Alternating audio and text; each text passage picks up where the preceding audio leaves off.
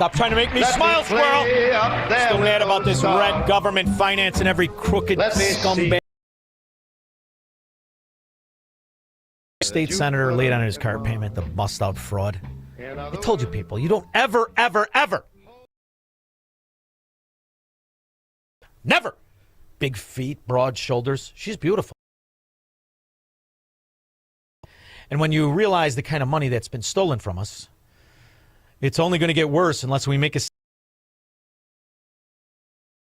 As headhunters looking to hire someone who could get us government money for ATI for over 2 years, procuring a $100 million contract with the IRS. First of all, what the hell do you get a contract with the IRS for? I mean, what the hell did these idiots do? $1 million IRS contract. Accenture, a large consulting firm with headquarters in Ireland, 5% of the contract sum. In a case like that, what's the percentage that AGI will retain from that $100 million? 65%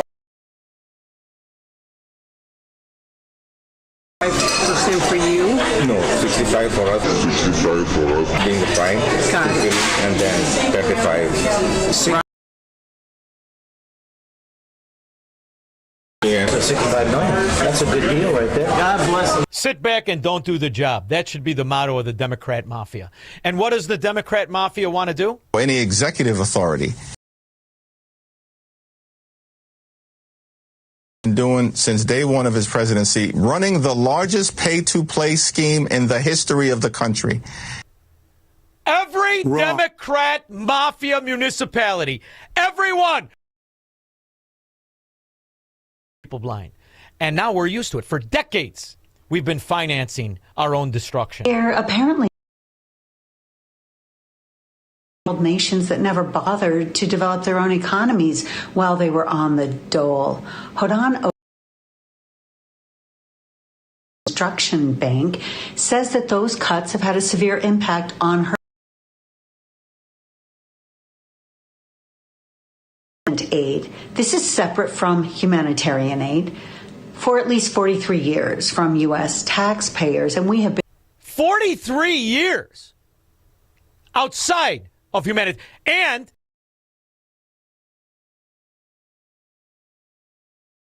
little Somalia. New tonight, new developments in Minnesota's continuing effort to stop fraud. Lawmakers are asking a government watchdog to look closely at specific. Reporter Kirsten Swanson explains that watchdog actually has little power to force change. Yeah, guys, we're talking about the Office of the Legislative Auditor. An independent monitor that identifies issues and even potential fraud in government programs that handle millions of dollars of taxpayer money. But who's responsible for making sure those changes are actually made? Each year, the Office of the Legislative Auditor, or like these, a massive list. If you're looking at the large list, is then presented to lawmakers. The Legislative Audit Commission chooses a handful. Here, I heard a strong sense that the OIG 2026, reviewed by 5 Investigates, shows more than half of the proposed topics deal with services that are safety net benefit, currently at the center of multiple fraud. Earlier this month, the fight to stop fraud was about what's going on in the executive branch and what's not going on in the executive branch to spend months on an audit and then present their findings to the state agency in charge of the program. They offer specific recommendations for how to fix things like them. We've said, here it is, here's what you need to do to fix it. But Legislative Auditor Judy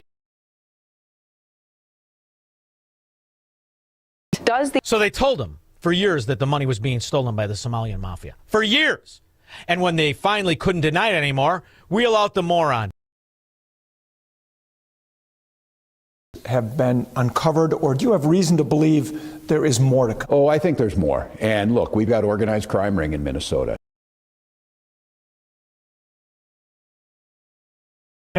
To housing stabilization, Minnesota taxpayers are victims of more than $1 billion of fraud.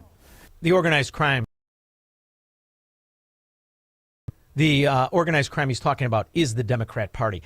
Ayanna Pressley, you remember her, Squirrel. She's bald, Jerry, bald. Originally from Chicago, making $170,000 a year as a congresswoman. Democrat Rep. Ayanna Pressley's net worth increased. The Massachusetts rep was worth about $12,000 when she was sworn into office in January of 2019. According to her latest federal financial disclosure. Her congressional salary. Wizard, quick, ask her what she thinks of the gold futures, that fracking bald moron. David, Chicago. Hey, good afternoon, Sean. I love Trump. I voted for him, but one question. He's keeping entitlements and reducing taxes. It seems like it's going to keep the deficit going up and up. Well, in theory,